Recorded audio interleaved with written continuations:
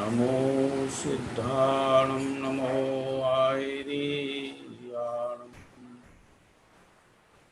नमो वैज्ञायाणं नमो लोये सव्यसाम् ओंकारं बिन्दुसंयुक्तं नित्यं ध्यायन्ति योगिनः कामदं मोक्षदं चैव ओंकाराय नमो नमः। मंगलं भगवान् वीरो मंगलं गौतमोऽवणि मंगलं कुन्दकुन्दाब्जो धर्मोऽस्मङ्गलम् सर्वमङ्गलमाङ्गल्यं सर्वकल्याणकारकं प्रधानं सर्वधर्माणां जैनं जयतु शासनं जैनं जयतु शासनं जैनं जयतु शासनं मंगलमय मंगलकरण वीतरागविज्ञान नमो ताय जाते भये हरहंतादिमा कर मंगल करे हो महान ग्रंथ करन को काज जाते मिले समाज सब पावे निज पद राज जाते मिले समाज सब पावे निज पद राज। मोक्ष मार्ग प्रकाशक ग्रंथ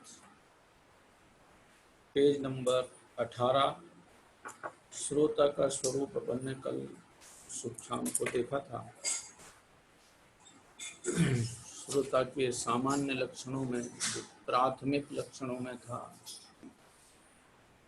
मैं कौन हूँ, मेरा क्या स्वरूप है, यह चरित्र कैसे बन रहा है, ये मेरे भाव होते हैं, इनका क्या फल लगेगा, और जीव दुखी हो रहा है सो दुख क्या उपाय।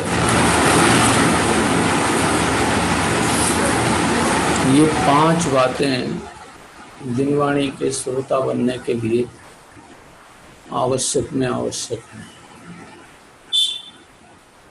जिसको मैं कौन हूँ, मेरा क्या स्वरूप है, यह चरित्र कैसे बन रहा है, ये मेरे जो भाव होते हैं इनका क्या फल लगेगा, और मैं दुखी हो रहा हूँ तो दुख से बचने का कोई उपाय है, वो क्या है, ये जिज्ञासा खड़ी हुई है, वही जिनवाणी सुनने का पात्र है।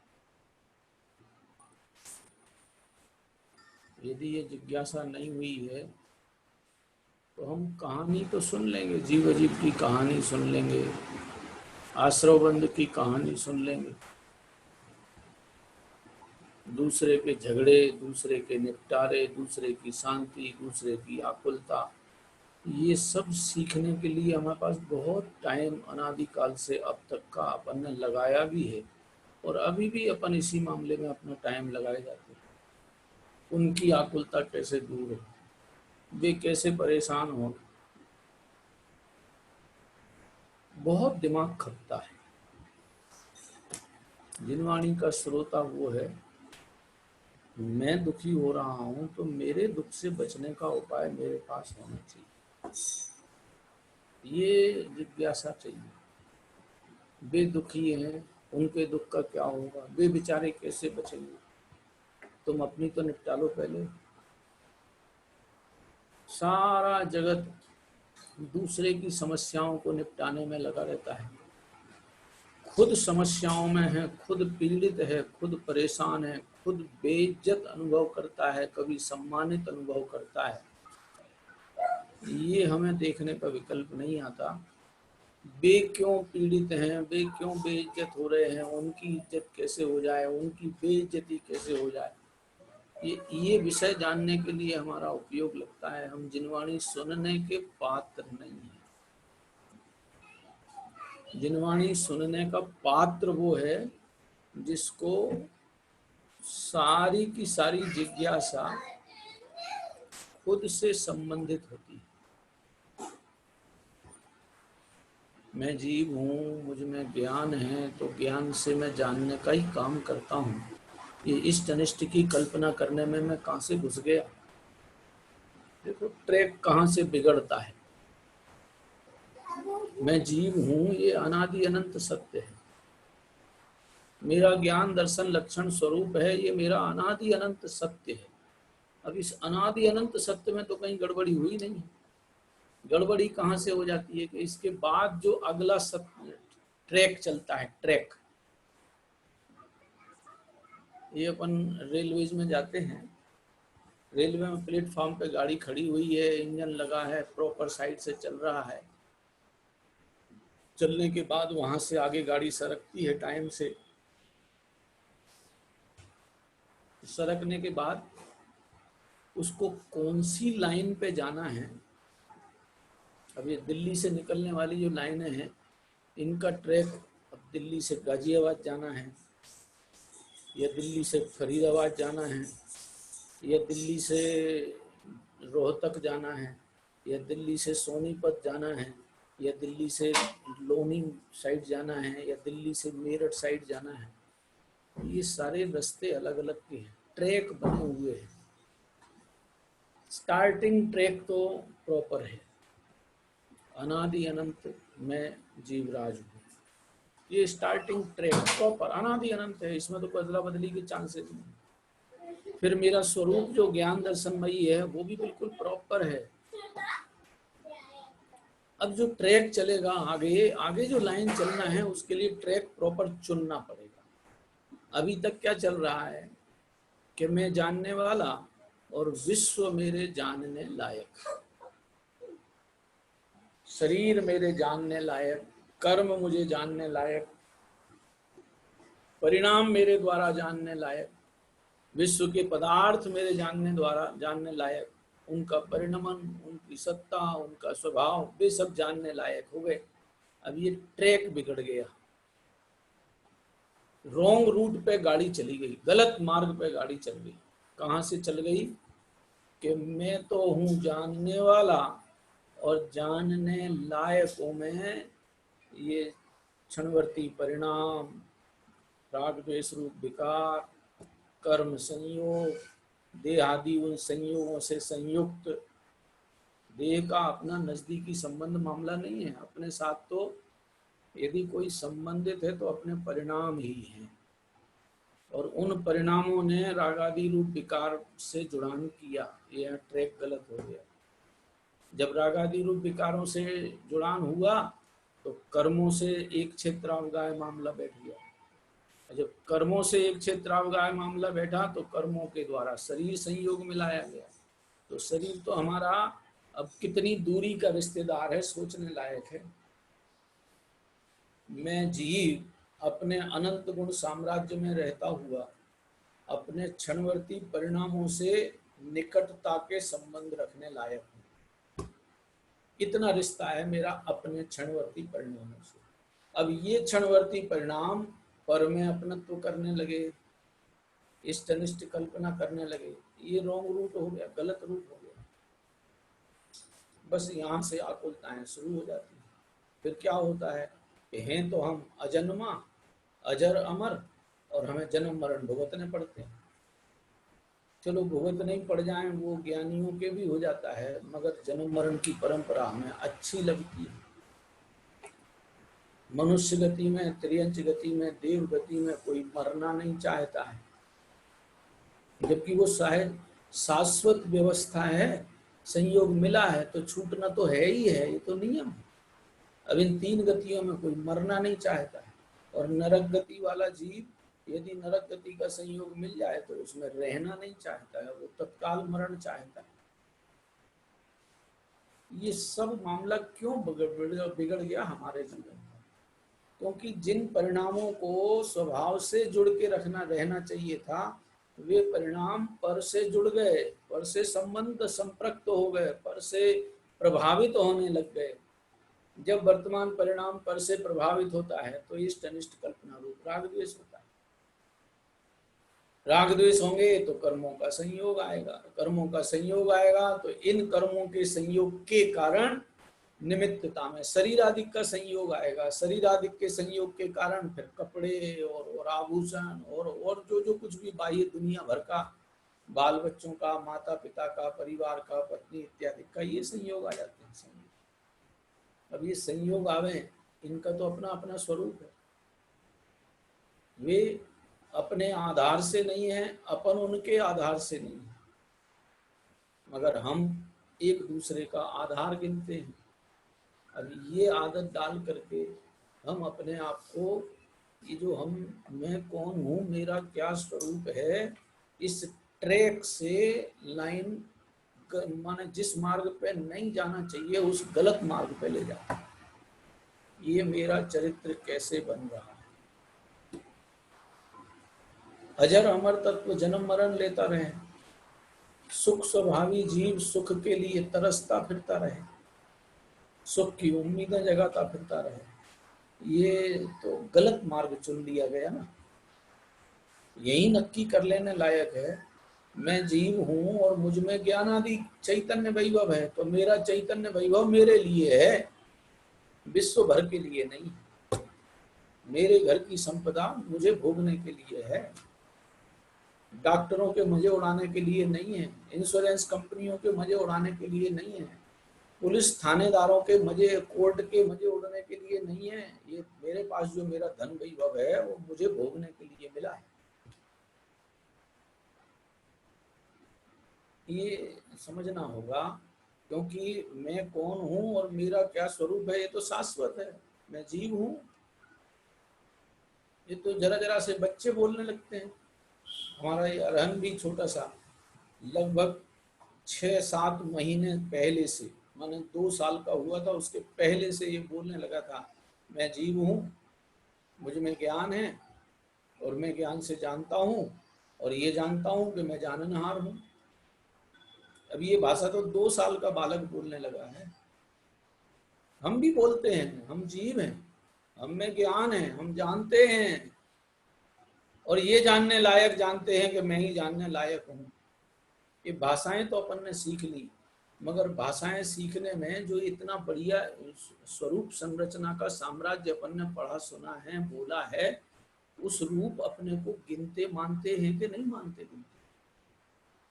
जब मैं जानने वाला हूं तो नित्य जाननशील हूं, नित्य ज्ञान स्वभावी हूं, नित्य जीवराज हूं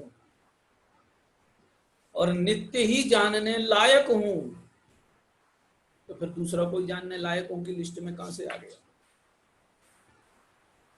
बस ये ट्रैक बिगड़ गया। अब जब दूसरा जानने लायक बनता है तो वो दूसरा अपना तो है नहीं, अब क्योंकि दूसरा तभी जाना जाता है जब हम अपने को भुलाते हैं। जब हम स्वयं को भूल जाते हैं तभी हमारे द्वारा दूसरा जानने लायकों की लिस्ट में आता है। ज्ञानी जन अपने को जानते हुए दूसरों को जानते हैं और हमारी आदत है अपने को भूल कर दूसरों को जानने। खुद को भूला फिरा नरी, वही क्या है भजन है, खुद को भूला फिरा वही नर मारा मारा रे, प्रभु हम सबका एक तू ही है तारण हारा रे, प्रभु है तू ही तारण हारा रे। उसमें यह लाइन है, प्रभु हम सबका एक तू ही है तारण हारा रे। उसमें लाइन है, खुद को भूला फिरा वही नर मारा मारा रे। पर यही है ट्रैक जो गड़बड़ हुआ है वो इतने से ही हुआ है। इसी का नाम है यह चरित्र कैसे बन रहा है। मेरा जब स्वरूप अजर अमरता का है तो मेरे साथ जन्म मरण की झंझट कहां से आ गई? मेरा स्वरूप ज्ञान दर्शनमयी आनंदित रहने का है तो फिर ये आकुलता का झमेला मेरे साथ कहां से आ गया? ये जानने की जिज्ञासा चाहिए। जब तक ये जिज्ञासा नहीं बने तब तक हम जिनवाणी सुनने के पात्र ही नहीं बन पाए। होगा जैनवाणी के हिसाब से पाठशाला पढ़े आएंगे, माँ बाप के दबाव से, समाज के दबाव से, पाप कर्म के दबाव से पाठशाला पढ़ लेंगे, जिनवाणी सुन लेंगे, स्वाध्याय कर लेंगे, जीव अजीव का ज्ञान कर लेंगे, 7 तत्वों की पहचान कर लेंगे, सब कर लेंगे, पर कहाँ गड़बड़ हुई? ये इसमें एक प्रकरण आएगा 7वें अध्याय में, व्यवहाराभासी मिथ्या दृष्टि जीव का प्रकरण है। उसमें 7 तत्वों के संबंध में ये जीव जानकारी रखता है। उसके लिए उन्होंने लिखा है, देखो मैं खोल के बताता हूँ। जीवादि 7 तत्वों का भी ज्ञान श्रद्धान ये व्यवहाराभासी मिथ्या दृष्टि पने में करता है। इसमें एक चर्चा आई है, ये देखो मैं बताता हूँ, 224 नंबर के पेज पे है मोक्षमार्ग प्रकाशक में। सप्त तत्व का अन्यथा रूप, शास्त्र में तत्वार्थ श्रद्धानम सम्यक दर्शनम ऐसा वचन कहा है। इसलिए शास्त्रों में जैसे जीवादि तत्व लिखे हैं वैसे आप सीख लेता है। ये किसी व्यवहाराभासी पे चेक नहीं करना है। जब तक सम्यक तो प्रकट नहीं हुआ तब तक अपने जीवन में कोई ना कोई आभास लगा है। सम्यक दर्शन प्रकट हुआ हो तो अतीन्द्रिय आनंद का झरना बहना चालू, झरना माने अतीन्द्रिय आनंद भोगने में आने लग जाता है, सहजता जीवन में आ जाती है, निश्चिंतता जीवन में आ जाती है, कर्तृत्व की वृत्ति दिमाग से उतर जाती है। ये सम्यक दर्शन होने के चिन्ह है। सम्यक दृष्टि हो और कर्ता माने संभव नहीं है। सम्यक दृष्टि माने और कर्मों का भोगता हो, कहे कि मैं कर्मों का भोगने वाला हूं, कर्म तो भोगने ही पड़ेंगे, तो फिर काय का सम्यक दृष्टि? सम्यक दृष्टि विश्व का मात्र दूर ज्ञाता है, भोगता तो किसी कीमत पे ही नहीं है विश्व के पदार्थों का। कर्म फरम का फल जीव नहीं भोगता है, जीव तो भोगने वाला मैं हूं ऐसा मान बैठता है। जैसे जीवादि तत्व लिखे हैं वैसे आप सीख लेता है और वहां उपयोग लगाता है, औरों को उपदेश देता है, परंतु उन तत्वों का भाव भाषित नहीं होता। और यहाँ उस वस्तु के भाव ही का नाम तत्व कहा है, भाव भाषित नहीं होता। इसमें और आगे चर्चा है कि जैसे किसी और की चर्चा चल रही हो, ये है इसी में जीव अजीव तत्व के प्रकरण में आएगा। आगे अगली पेज पे है जीव अजीव तत्व का अन्यथा स्वरूप। उसमें लिखा है कभी शास्त्रानुसार सच्ची बात भी बनाता है, परंतु अंतरंग निर्धार रूप श्रद्धान नहीं है। इसलिए जिस प्रकार मतवाला माता को माता कहे, मतवाला माता को माता भी कहे तो भी वह सयाना नहीं है, उसी प्रकार इसे सम्यक भी नहीं कहते। तथा जैसे किसी और की ही बातें कर रहा हो। अब ये समझना जरा, जीवाजीव तत्वों के परिचय में हम जीव का परिचय लेते समय कहीं इस लाइन को फॉलो तो नहीं करते हैं? क्या लाइन पढ़ रहे?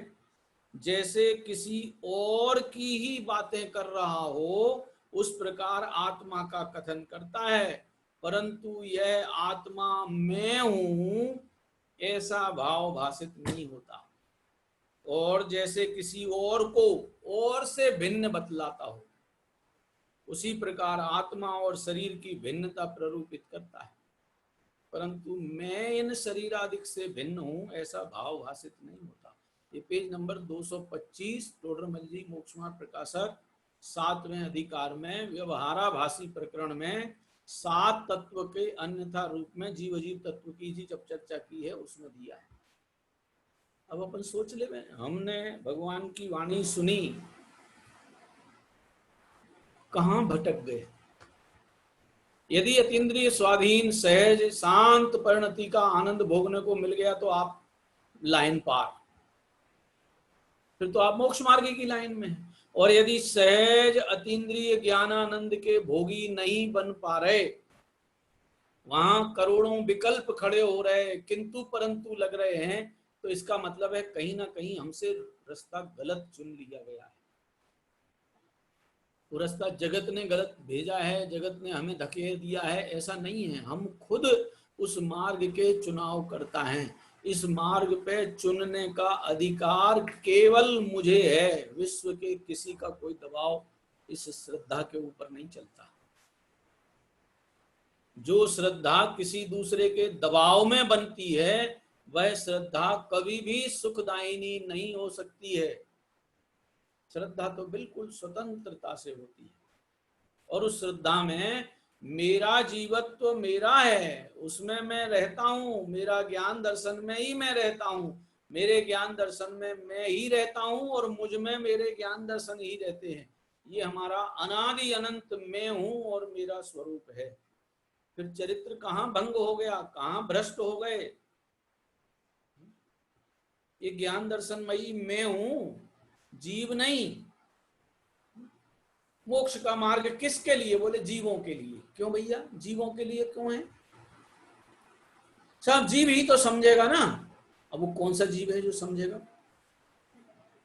इस ट्रैक पे जरा अपने को खड़ा करो। अपने को खड़ा करेंगे तभी ही हम बच सकते हैं अज्ञान से, मोह से, आकुलता से, बंधन से। दूसरा उपाय नहीं है भैया।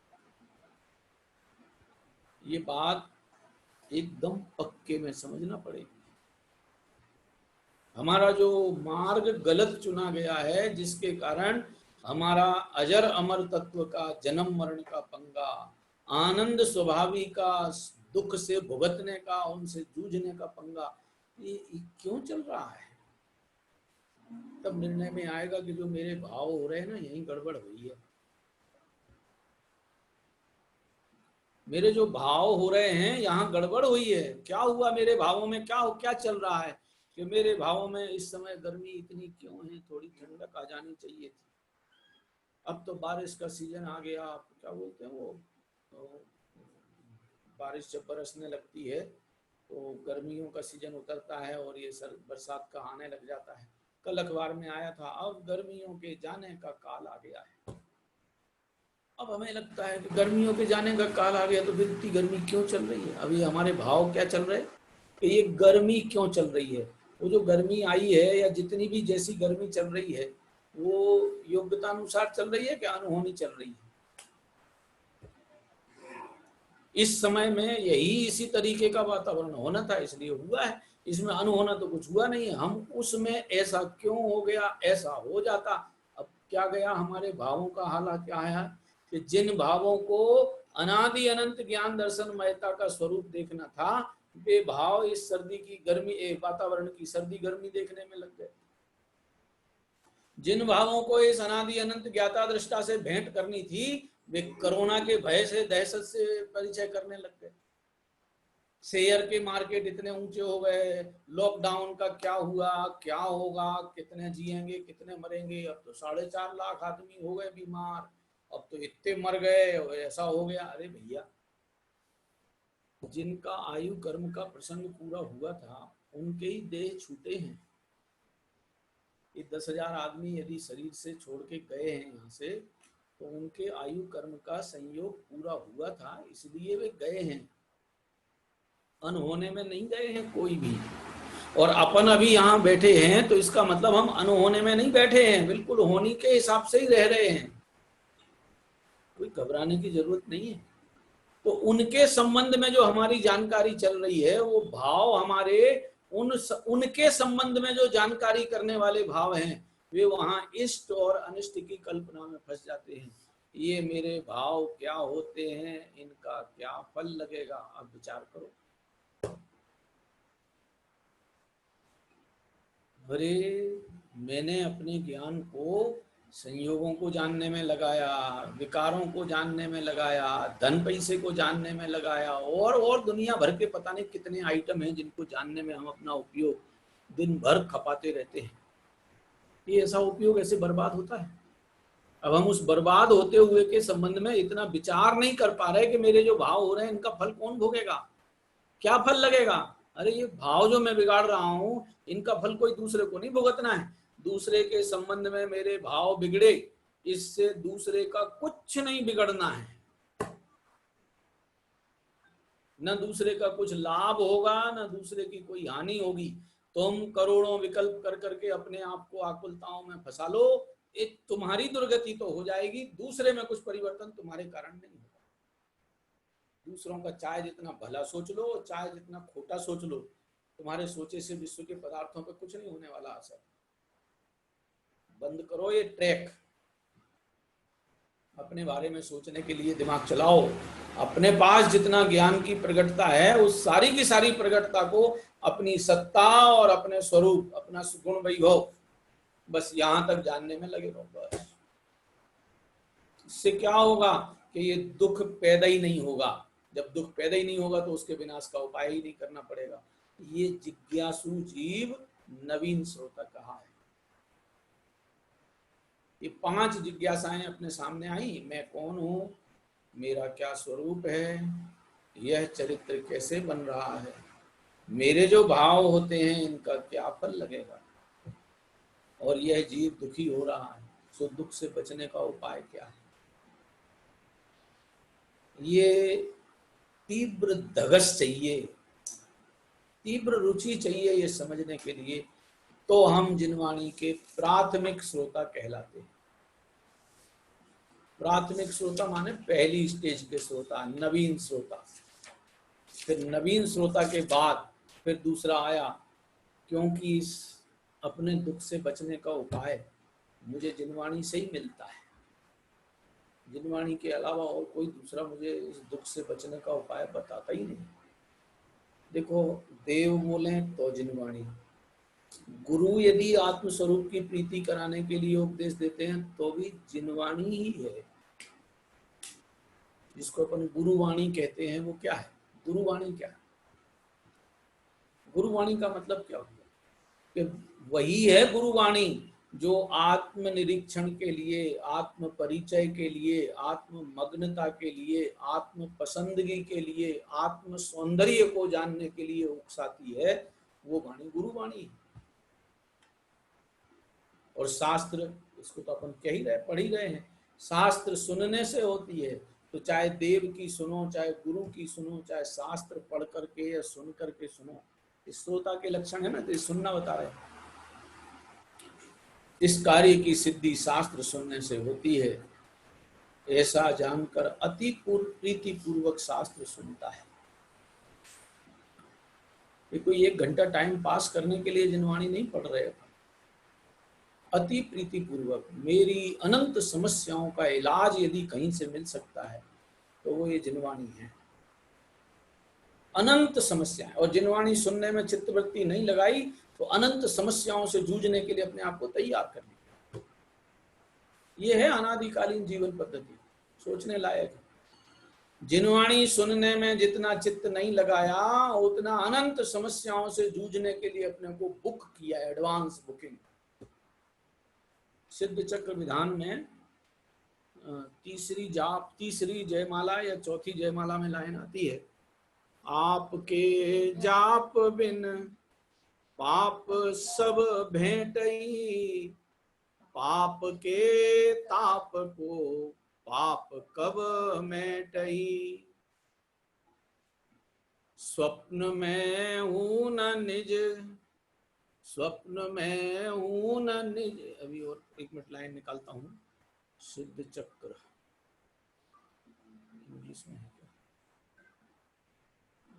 सिद्ध चक्र विधान की लाइन है, मैं अभी हाल निकाल के ही बताता हूं। सिद्ध चक्र विधान,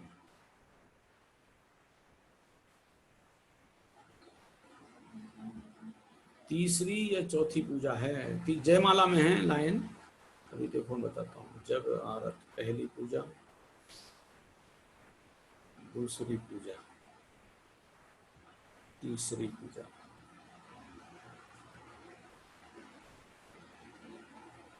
हाँ जी, तीसरी पूजा की जयमाल में है, लास्ट लाइन है, आपके जाप बिन पाप सब भेंटई, पाप की ताप को पाप कब मेटई, संत निज दास की आस पूरी करो, जगत ते काल निज चरण में ले धरो।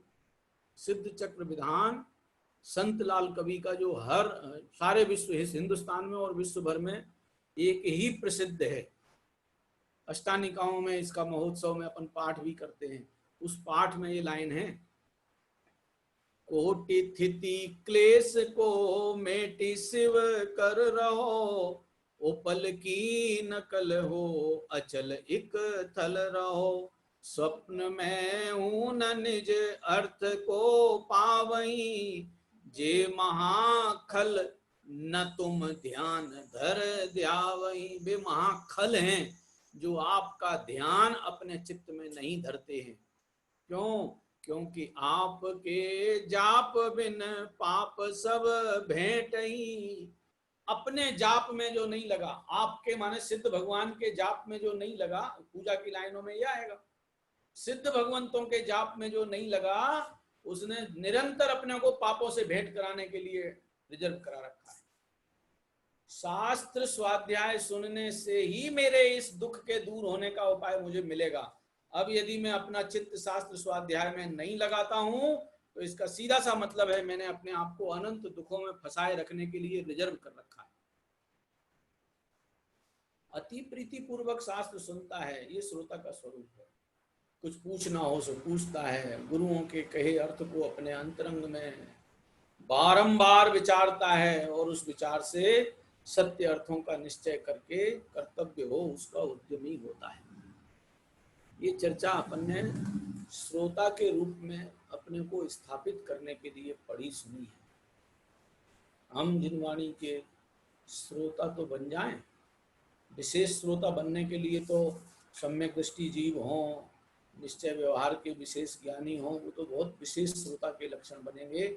सामान्य श्रोता बनने के लिए भी ये 5 जिज्ञासाएं, और इन जिज्ञासाओं में हमारे दुख से बचने का उपाय जिनवाणी के श्रवण से ही पूरा होना है। ऐसी जिज्ञासा सहित जीने वाला जीव जिनवाणी के पढ़ने सुनने का पात्र है। ये अपन कल पढ़ चुके थे। हमने 3 चर्चाएं, हाँ, प्रकरण श्रोता का पूरा हो गया था। उसमें अंतिम इस प्रकार चर्चा आ गई थी। इस प्रकार शास्त्र का तथा वक्ता का स्वरूप कहा, वक्ता और श्रोता का स्वरूप कहा। सो उचित शास्त्र को उचित वक्ता होकर और उचित श्रोता होकर, उचित वक्ता होकर वांचना और उचित श्रोता होकर सुनना योग्य है। ये चर्चा कल अपन ने पूरी कर ली थी। आज प्रकरण थोड़ा आगे बढ़ाते हैं। वो है मोक्ष मार्ग प्रकाशक ग्रंथ की सार्थकता। ये जो हम ग्रंथ लिखने जा रहे हैं, पढ़ने जा रहे हैं, पढ़ रहे हैं, इससे सार्थकता माने हम पढ़ेंगे तो हम मोक्ष के मार्ग का प्रकाश करने वाली लाइन में जाएंगे कि नहीं जाएंगे, इसकी पक्की कंफर्मेशन आचार्य दे रहे हैं। रेलवे का टिकट बनाते ना, रेलवे का टिकट, उस रेलवे के टिकट में हम अपने नाम फीड करते हैं, अपनी जेंडर फीड करते हैं, आयु फीड करते हैं, पुरुष हैं कि स्त्री हैं, और फिर आयु है वो फीड करते हैं, अपना एड्रेस, मोबाइल नंबर, अपन डॉक्टर तो नहीं है, ये सब फीड कर देते हैं, और फिर उसको हम ओके कर देते हैं। अगले ने टिकट बना के हमारे सामने पहुंचा दिया, कौन सी गाड़ी से जाना है, किस तारीख को जाना है, 3rd AC में जाना है, 2nd AC में जाना है, 1st AC में जाना है, स्लीपर में जाना है या 2S में जाना है, ये सब कंफर्म अपन उसमें लिख देते हैं। और फिर उसके बाद वो कागज आता है, जो काउंटर से खिड़की से टिकट लेते हैं उस पर एक कागज आता है छोटा सा, उस पर नाम वाम तो हमारा लिखा रहता नहीं है, गाड़ी का नंबर लिखा रहता है, गाड़ी की डेट लिखी रहती है, गाड़ी का नाम है, और कहाँ से कहाँ तक जाना है, किस तारीख को जाना है, कितने बजे चलोगे, कितने बजे उतरोगे, ये सब लिखा है। उसके बाद नीचे लिखा रहता है पैसेंजर नंबर 1 M56, आगे लिखा C1/22, अब ये C1/22 लिखा है, ये पढ़ते ही साथ C1 नंबर के कोच में 22 नंबर की हमारी बर्थ है।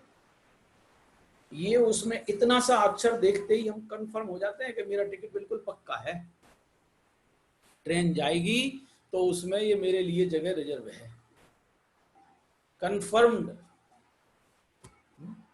ये कंफर्म समझ लेते हैं। और यदि उसमें आया था WL/102 तो देखते ही हमें लगने लग जाता है कि भैया ये तो वेटिंग लिस्ट में 102 नंबर है, पता नहीं कंफर्म होगा कि नहीं होगा, पता नहीं होगा कि नहीं।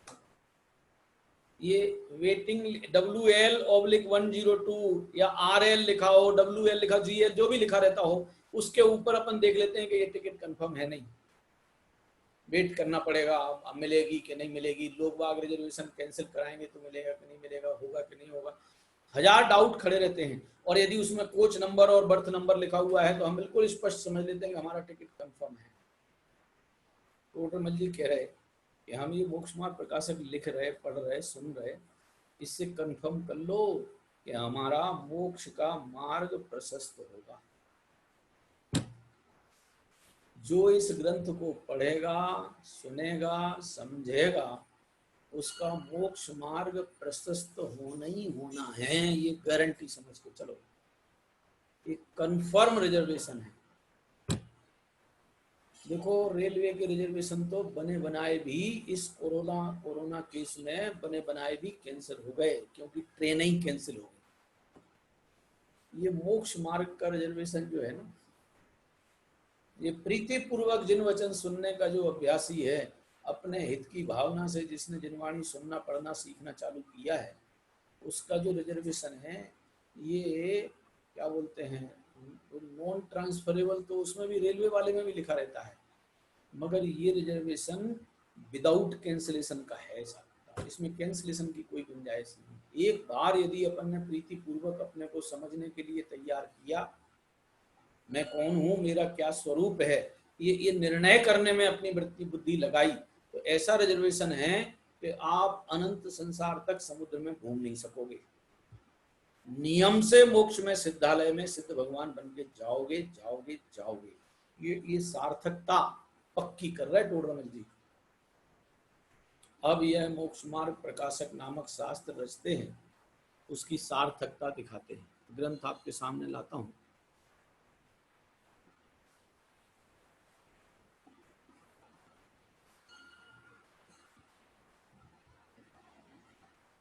हाँ जी, अब यह मोक्ष मार्ग प्रकाशक नामक शास्त्र रचते हैं, उसकी सार्थकता दिखाते हैं।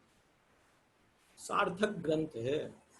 सार्थक ग्रंथ का मतलब होता है हमारा प्रयोजन सधेगा ही सधेगा, पक्के में। ये कंफर्मेशन दिखा रहे हैं। क्या कहते हैं, इस संसार अटवी में समस्त जीव हैं। जीव दो जगह रहते हैं, एक तो सिद्धालय में वास करने वाले हैं और दूसरे वे हैं कि जो संसार अटवी में है। अटवी माने जंगल, संसरण कर रहे हैं। जो संसरण कर रहे हैं वे भी जीव हैं। देखो संसार में पुद्गल नहीं है, संसार में धर्म धर्म आकाश काल नहीं है, वे विश्व में है। पुद्गल धर्म धर्म आकाश काल ये सब विश्व की संपत्ति है, ये विश्व में रहते हैं, ये संसार में नहीं। संसार में केवल जीव हैं, और वे जीव हैं जो अपने को भूले पड़े हैं। क्योंकि संसार का और विश्व का लोक में नाम भले एक सा समझा जाता हो, पर बहुत अंतर है। विश्व कहो, लोक कहो या जगत कहो, वो सब एक ही लक्षण है। संसार बिल्कुल अलग चीज है। विश्व वहां है, समझना जरा मेरे इशारे से, विश्व वहां है, लोक वहां है, जगत वहां है, संसार यहां है। संसार हमने खड़ा किया है अपनी कल्पना में, उसका नाम है ये मिथ्या भ्रम पूर्वक रहने वाले अनंत जीव समुदाय। ये संसार अटवी में समस्त जीव हैं इस संसार अटवी में जितने भी जीव रह रहे हैं, संसार रूपी जंगल में जितने भी जीव रह रहे हैं, चाहे वो त्रसनाड़ी के बाहर वाले हों। त्रसनाड़ी के बाहर कौन रहते हैं? केवल स्थावर। ये सुनी होगी आपने सब, तीन लोक की रचना जो पढ़ते हैं ना, ऊपर से नीचे से ऊपर तक की, 14 राजू तंग नभ, लोक पुरुष संठान, तामे जीव अनादिते भरमत है बिन ज्ञान। उसमें जो वो जो ऐसा ऐसा ऐसा ऐसा वो जो विस्तार तीन लोक की रचना का है, उस पूरे लोक में, लोकाकाश में एक एक प्रदेश पे जीवों की भीड़ है। इस पूरे लोकाकाश का एक भी प्रदेश ऐसा नहीं है कि जहां जीव नहीं हो, सब प्रदेशों में जीव है। अब उन सब प्रदेशों में वो जो चाहे ऊपर का एक राजू विस्तार, फिर उसके बाद सर्कल फैल करके 5 राजू विस्तार, फिर 1 राजू विस्तार, फिर नीचे अधोलोक में 7 राजू विस्तार, और इन सब का जो विस्तार है, इसमें पूरे में जीवराज भरे पड़े हैं।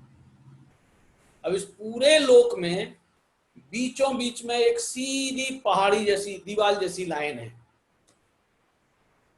वो जो मध्यलोक का जितना चौड़ाई है ना, चौड़ाई मध्यलोक की एक राजू विस्तार वाली, उस पूरे एक राजू विस्तार वाली मध्यलोक की चौड़ाई बराबर ही ऊपर और नीचे पूरी की पूरी एक ऐसी सलंग दीवार है, उसको कहते हैं त्रसनाड़ी। उस त्रसनाड़ी के बाहर बाहर सारे एकेंद्रिय और निगोदीय जीव रहते हैं। वहां त्रस जीव नहीं पहुंचते। 2 इंद्रिय भी नहीं है, 3 इंद्रिय भी नहीं है, 4 इंद्रिय भी नहीं है, पंचेंद्रिय, सैनी असैनी कोई नहीं है। वहां उस विस्तार में देवलोक भी नहीं है और नरक लोक भी नहीं है। ऊपर भले ऊपर बीच में ऊपर वाले एरिया में बीचों बीच में 5 राजू चौड़ाई है। उस 5 राजू चौड़ाई में देवलोक केवल 1 राजू विस्तार में ही रहते हैं। 5 राजू, बाकी का जो 4 राजू विस्तार है उसमें तो एकेंद्रीय जीव रहते हैं। अब ये जितने जीव हैं वे सब कैसे हैं? संसरण कर रहे हैं। संसरण कर रहे हैं माने भ्रमित हो रहे हैं। एक इंद्रिय, 2 इंद्रिय, 3 इंद्रिय, 4 इंद्रिय और असेनी पंचेंद्रिय तो गारंटी से सारे के सारे भ्रम में ही रहते हैं, गारंटी, नियम से। क्योंकि एक इंद्रिय, 2 इंद्रिय, 3 इंद्रिय, 4 इंद्रिय और असेनी पंचेंद्रियों में कोई भी जीव भ्रम रहित होता ही नहीं। वहां तो सारे के सारे मिथ्या भ्रम में, अज्ञान में, मोह में मस्त अनादिकालीन, बस जन्म मिल गया, खाना पीना मिल गया, खाया पिया, पैदा हो गए, जी लिए, मर गए, खत्म। मर गए, दुखी हो लिए, पैदा हो लिए, सुखी हो लिए, बस। खाने पीने को नहीं मिला, दुखी हो रहे, खाने पीने को मिल गया, दुखी हो गए। खाने पीने को नहीं मिला तो दुखी हो गए, और खाने पीने को मिल गया तो सुखी हो गए। ये एक इंद्रिय, 2 इंद्रिय, 3 इंद्रिय, 4 इंद्रिय और असेनी पंचेंद्रियों की ऐसी दशा है। अब यदि अपन भी इसी बीमारी में ही हैं कि जन्म मिल गया, मजा आ गया, मरण आ गया, घबराहट हो गई, खाने पीने को प्रॉपर मिल गया, मजा आ गया, नहीं मिल रहा है, हम तो दुखी हैं, तो हम भी भैया उन असेनियों तक की लाइन में घुसे। कोई लाभ नहीं मिला हमारे मन वाला होने का भी। मन वाले हुए हैं तो हमको ये विचार करने का अवसर आया है कि अरे ये दुख की परंपरा और भ्रम की परंपरा कब तक चलाए रखना। इसमें भी पंचेंद्रिय सैनी दशा में रहने वाले भी, चाहे वो मनुष्य गति के हों, क्योंकि मनुष्य गति में सारे सैनी पंचेंद्रिय होते हैं, नरक गति में सारे सैनी पंचेंद्रिय होते हैं, देव गति में सारे सैनी पंचेंद्रिय होते हैं, पशु गति में कुछ कुछ जीव सैनी पंचेंद्रिय हो जाते हैं, जैसे गाय, भैंस, गधे, घोड़े, सुअर, बैल, बकरी, चिड़िया, कबूतर इत्यादि बड़े बड़े जितने भी हैं, जलचर हों, थलचर हों, नवचर हों, ये सब सैनी पंचेंद्रिय। बहुत थोड़े जीव, बहुत थोड़े क्यों कहेंगे, कुछ जीव ऐसे भी हैं कि जो पंचेंद्रिय होने पर भी असैनी हैं। तो वे जो असैनी तक के जीव हैं वे तो अपने हित का उपाय जानते ही नहीं है, और जब तक वे असैनी रहेंगे तब तक हित का उपाय सीखने की योग्यता भी नहीं रखते। सैनी पंचेंद्रिय पने में आकर के भी यदि उतने ही में अपना जीवन गिने जा रहे हैं, उतने में ही अपने हानि लाभ गिने जा रहे हैं, तो अपन भी असैनियों जैसे ही हैं। बीमारियों के मामले में तो विचार करें, बीमारियों के मामले में, बीमार रोगों के मामले में विचार करें तो जो रोग एकेंद्रीय निगोदिया जीव को लगा है, नित्य निगोद में पड़े हुए जीवों को जो रोग लगा है, यदि देह में अपनत्व बुद्धि है तो सैनी पंचेंद्रिय में मनुष्य गति में आकर, देव गति में पहुंचकर, नरक गति में पहुंचकर, पशु गति में पहुंचकर के भी सेम रोग के मरीज हैं भैया। कोई उन्नति नहीं करी है अपन ने, क्योंकि जो मूर्खता निगोदिया जीव कर रहे हैं अपने को भूलने की, वही अपन भी कर रहे हैं, तो निगोदियों जैसे ही हैं। इतनी ऊंची स्टेटस पे आने का कोई लाभ नहीं मिला। लाभ मिला हुआ तब कहलाएगा कि जब हम इस संसार अटवी में से अपने को न्यारा ज्ञान दर्शन स्वरूप देखने की पद्धति वाला बना लें। इस संसार अटवी में समस्त जीव हैं, जितने भी संसारी जीव हैं, वे कर्म के निमित्त से उत्पन्न जो नाना प्रकार के दुख, उनसे पीड़ित हो रहे हैं। अब इसी संसार में जिन्होंने अपने जीवत्व को पहचान लिया है, उनको भी कर्म के उदय का संयोग तो है, पर उनको दुख नहीं है, उनसे उनको सुख नहीं है, उनकी निर्जरा में अपना चित्त लगाते हैं। वे जो अज्ञान में हैं, वे सब के सब जीव कर्म निमित्त से उत्पन्न जो नाना प्रकार के दुख, उनसे पीड़ित हो रहे हैं। अब यहाँ सुख शब्द लिखा ही नहीं है। अब सोचो, अपन या तो टोडरमल जी यहाँ लिखने में भूल गए हैं, या फिर अपने को यदि संसार में कहीं सुख और कहीं दुख दिखाई देता है तो हमारी नज़र सही है कि टोडरमल जी की नज़र सही है? इस प्रश्न का जवाब निकालना पड़ेगा। वे तो कह रहे कर्म के निमित्त से उत्पन्न जो नाना प्रकार के दुख हैं, उनसे पीड़ित हो रहे हैं। माने चाहे ज्यादा दुख वाला पाप उदय आया हो, चाहे कम दुख वाला पुण्य उदय आया हो, सुख रत्ती भर भी नहीं है। ज्यादा दुख वो पाप का उदय, कम दुख वो पुण्य का उदय, सुख वो तो धर्म का उदय है भैया, क्योंकि सुख तो धर्म से प्रकट होता है। कर्म के उदय से तो सुख नहीं मिलता है। वो जिसको हम सुख कहते हैं, वो कम दुख का नाम ही सुख है।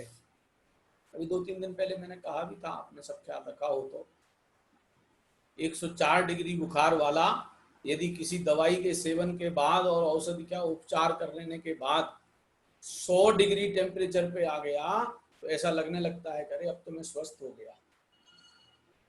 पहले चक्कर आ रहे थे, पहले गर्मी सर्दी लग रही थी, पहले होश नहीं था, अब तो होश जगने लगा, अब उतनी गर्मी सर्दी नहीं लग रही, तो ऐसा लगता है कि हम तो स्वस्थ हो गए। 100 डिग्री टेम्परेचर होना ये स्वस्थता की निशानी नहीं है, वो भी बुखार ही है। ऐसे ही पाप उदय संबंधी प्रतिकूलताओं का संयोग जैसे वो दुखदायी है, ऐसे ही पुण्य उदय संबंधी अनुकूलताओं का संयोग भी दुखदायी ही है। सुख का लेना देना उसके साथ नहीं। वे कर्म निमित्त से उत्पन्न जो नाना प्रकार के दुख, उनसे पीड़ित हो गए तथा अब पहले तो दुख है, फिर वहां मिथ्या अंधकार व्याप्त हो रहा। मिथ्या अंधकार माने एक सूरज जाने के बाद वाला नहीं, मिथ्या अंधकार माने मोह अंधेरी छाए रही है, जहां हम अपने को भूले पड़े हैं, खुद को भूले फिले पड़े हैं, तो मोह अंधेरी में जी रहे हैं। अब तुक्का लगाते रहते हैं, ये मेरा, ये मेरा, ये मेरा, ये मेरा, ये मेरा।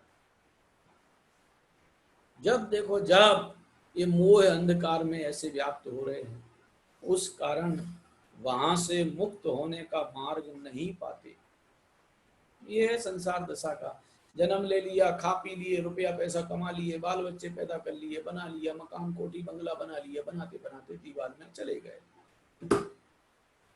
जिंदगी पूरी हो गई, हो गया, समझ गए कि अरे हमारी तो जिंदगी हो गई सुखी। वो तो आगे देखेंगे, आगे मिलेगा, जब देखेंगे उम्मीद करेंगे आगे ऐसे मिल जाएगा। जिसने अपने को वर्तमान में सुखी नहीं कर पाया, वो भविष्य में कैसे सुखी कर पाएगा? भविष्य में बेसुखी रहते हैं जो वर्तमान में सुखी रहते हैं। जिनने वर्तमान को दुख में बिताया है वे भविष्य में सुखी हो ही नहीं सकेंगे। ये 100% रूल जब समझ लेना चाहिए। जो वर्तमान में दुख पूर्वक जी रहे हैं वे भविष्य में कभी भी सुख पूर्वक जीने के अधिकारी नहीं बन पाएंगे। जिन्हें भविष्य में भी आनंद पूर्वक जीना है उनके लिए ये जिम्मेदारी है कि भविष्य की तो छोड़ो, वर्तमान में आनंद से जीने की आदत डाल लो। स्वाधीन स्वतंत्र अपने आप अपने को जिम्मेदार गिनने की आदत डालो। इधर उधर दूसरों की जिम्मेदारियां ओढ़ने की आदत छोड़ो, वे ही जीव सुखी हो पाएंगे। उस कारण वहां से मुक्त होने का मार्ग नहीं पाते। फिर आगे तो और कठोर शब्द लिख रहे, तड़प तड़प कर वहां ही दुख को सहते। ये संसार 8वीं का ऐसा खेल है, तड़प तड़प कर वहां ही दुख को सहते। जब देखो जब तड़पन चालू है, अब ऐसा आया है, इससे ये मिल जाएगा, इससे ये मिल जाएगा, इससे ऐसा हो जाएगा, इससे ऐसा हो जाएगा, हो जाएगा हो जाएगा हो जाएगा में पता चलता है कि साहब गले की माला फोटो पे डल गई। ऐसा हो जाएगा, ऐसा हो जाएगा, ऐसी उम्मीदों में चला जाता है। दोबारा पढ़ते हैं, इस संसार 8वीं में समस्त जीव हैं। अब इनमें से एक आध अपने को भी गिन लेना कि भैया अपन भी कहीं इस लाइन में तो नहीं घूम रहे हैं। कर्म निमित्त से उत्पन्न नाना प्रकार के दुख उनसे पीड़ित हो रहे हैं। वहां मिथ्या अंधकार व्याप्त हो रहा है, उस कारण वहां से मुक्त होने का मार्ग नहीं पाते।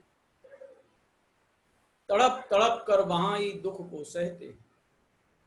ऐसे जीवों को अमृत पान का मौका कहां से खड़ा होता है? देखो, ऐसे जीवों का भला होने के कारणभूत तीर्थंकर केवली भगवान रूपी सूर्य का उदय हुआ। ये तीर्थंकर केवली भगवान रूपी सूर्य का उदय ऐसे जीवों के भला होने के कारणभूत हुआ है। ऐसे जीवों का भला होने के कारणभूत तीर्थंकर केवली भगवान रूपी सूर्य का उदय हुआ। फिर उनकी दिव्य ध्वनि रूपी किरणों द्वारा वहां से मुक्त होने का मार्ग प्रकाशित।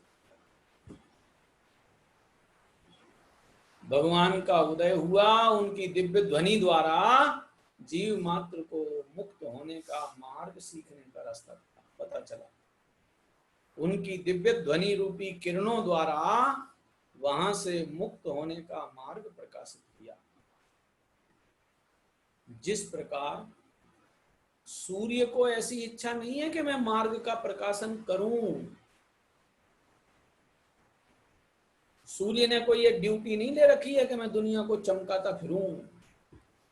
ऐसे भगवान ने कोई ड्यूटी नहीं ले रखी है कि तुम्हें मुक्ति मार्ग में लेके जाऊं और तुम मुक्ति पहुंच जाओ। उनकी ड्यूटी नहीं है।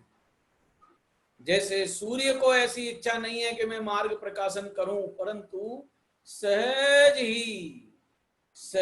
ही उसकी किरणें फैलती हैं, उनके द्वारा मार्ग का प्रकाशन होता है। ये सब सहज क्रिया है। सहज ही उसकी किरणें फैलती हैं, उनके द्वारा मार्ग का प्रकाशन होता है। उसी प्रकार केवली प्रभु तो वीतराग है। उसी प्रकार केवली तो वीतराग हैं, इसलिए उनके ऐसी इच्छा नहीं है कि हम मोक्ष मार्ग प्रकट करें। वे कोई इच्छा से नहीं बोलते हैं। उनके ऐसी इच्छा नहीं है कि हम मोक्ष मार्ग प्रकट करें, परंतु सहज ही वैसे ही अघाती कर्मों के उदय से उनका शरीर रूप उद्गल दिव्य ध्वनि रूप परिणमित होता है। ये सहज होने वाली क्रिया देखो क्या गजब है। वे सहज ही वैसे ही अघाती कर्मों के उदय से उनका शरीर रूप उद्गल दिव्य ध्वनि रूप परिणमित होता है। माने दिव्य ध्वनि खिरने की जो घटना हो रही है वो अघाती कर्म के उदय से हो रही है। उस दिव्य ध्वनि के खिरने का जो अंतरंग निमित्त है, वो अंतरंग निमित्त वो अघाती कर्म का संयोग है। सोच लो हिसाब। अघाती कर्मों के उदय से उनका शरीर रूप उद्गत दिव्य ध्वनि रूप परिणमित होता है, उसके द्वारा मोक्ष मार्ग का प्रकाशन होता है। ये सर्वज्ञ भगवान से आई हुई बात। अपन जो स्तुति पढ़ते हैं बड़ी वाली, यदि ख्याल हो आपको, वीर हिमाचल ते निकसी, वीर हिमाचल ते निकसी, गुरु गौतम के मुख कुंड ढरी है, मोह महाचल भेद चली, जग की जड़ता तप दूर करी है। अब ये अगला पैराग्राफ वो गुरु गौतम के मुख कुंड धरी है, उसके लिए है। पहली वाली जो लाइन है, वीर हिमाचल ते निकसी, वो तीर्थंकर केवली प्रभु के संयोग में जो अघाती कर्म है उसके उदय से शरीर रूपी पुद्गल परमाणु में दिव्य ध्वनि रूप परिणमन होता है और उसके द्वारा मोक्ष मार्ग का प्रकाशन होता है। गजब तो ये देखने लायक है कि ये देखो, एक टॉर्च जो होती है ना, अपन जो टॉर्च जलाते हैं, वो चेतन है कि जड़ है? समझना जरा, कुछ रहस्य बताना चाहता हूं। टॉर्च जो है वो जड़ है और जड़ का प्रकाश चेतन को रास्ता दिखा देता है। ये निमित्त नैमित्तिक संबंध देखने जरा। यदि व्यक्ति, चेतन व्यक्ति अपनी निगाह बंद रखे तो वो जड़ का प्रकाश भी कुछ नहीं करेगा। तो जड़ का, टॉर्च का प्रकाश और इधर आंख खुली हो तो यह चेतन व्यक्ति जानने देखने के लिए समर्थ हो जाता है। ऐसे ही भगवान जिनेंद्र की वाणी तो सूर्य की रोशनी है। अब यदि किसी को उस रोशनी का लाभ लेना है तो अपनी आंखें खोलना पड़ेगी। खुद की आंखें खुली हों तो उस रोशनी में अपन अपने को देख सकते हैं। भाई इतना सा काम है। जब हम अपने को देखेंगे तो हम स्वयं ही, अब हमारे देखने में उस रोशनी पे निमित्तता का आरोप जाएगा कि उसके निमित्त से मोक्ष मार्ग का प्रकाश होता है। तथा पुनश्च गणधर देवों को यह विचार आया, गणधर देवों को यह विचार आया कि जब केवली सूर्य का अस्तपना होगा, केवली सूर्य का भी अस्तपना होता है कि जिनको केवल ज्ञान पूरा प्रकट हुआ है, अभी तो संग में आघाती कर्मों का उदय चल रहा है ना, तो जब ये आघाती कर्मों का अंत आएगा तो फिर उनका संयोग जगत जनों को नहीं मिलेगा, दिव्य ध्वनि का लाभ फिर नहीं मिलेगा। तो जब तक उनके आघाती कर्म का संयोग है और ये दिव्य ध्वनि इत्यादि का परिणमन हो रहा है या उनके क्या परमोदारिक शरीर का अवलोकन हो रहा है, दो होते हैं ना काम, समुसरण में दो ही काम हो सकते हैं, या तो उनका जो परमोदारिक शरीर है वो चक्षु इंद्रिय के द्वारा देखने जाने लायक होगा और जो उनकी वाणी है वो कर्ण इंद्रिय के द्वारा सुनने लायक होगी। तो देखकर सुनकर उनसे जो लाभ हो सकता है वो कब तक, जब तक उनके आघाती कर्म का संयोग है। जब उनके आघाती कर्म खत्म हुए फिर तो वो देखने लायक भी नहीं बचेंगे, अदृश्य हो जाएंगे और फिर दिव्य ध्वनि का मार्ग भी खत्म। सिद्ध भगवान बनने के बाद ना वो दिखाई देंगे और ना उनकी दिव्य ध्वनि मिलेगी। फिर तो उन सिद्ध भगवंतों का भी परिचय इन अरहंतों के द्वारा ही दिया जाएगा। तो अब ये तो नियमबद्ध रूप से आघाती कर्म तो नष्ट होंगे ही और वे सिद्धालय जाएंगे। तो जब केवली सूर्य का अस्तपना होगा तब जीव मोक्ष मार्ग कैसे प्राप्त करेंगे? ये गणधर देव को ये विचार आया, तब ये जगत जन मोक्ष मार्ग कैसे प्राप्त करेंगे? और मोक्ष मार्ग प्राप्त किए बिना जीव दुख सहेंगे।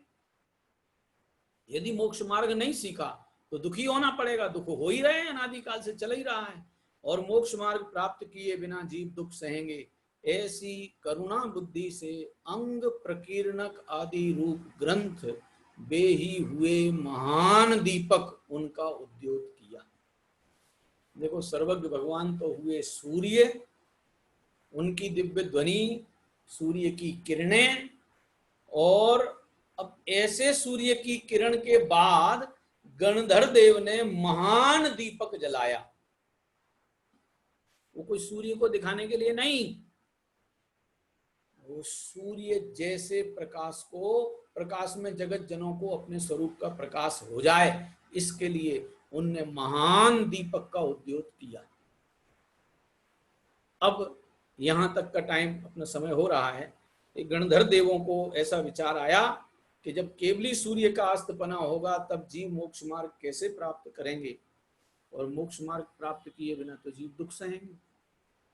ऐसी करुणा बुद्धि से, अब क्योंकि करुणा बुद्धि अरिहंत भगवान को नहीं होती है, कि गणधर देवों को करुणा बुद्धि है, वो भी छठे गुण स्थान में रहते हुए।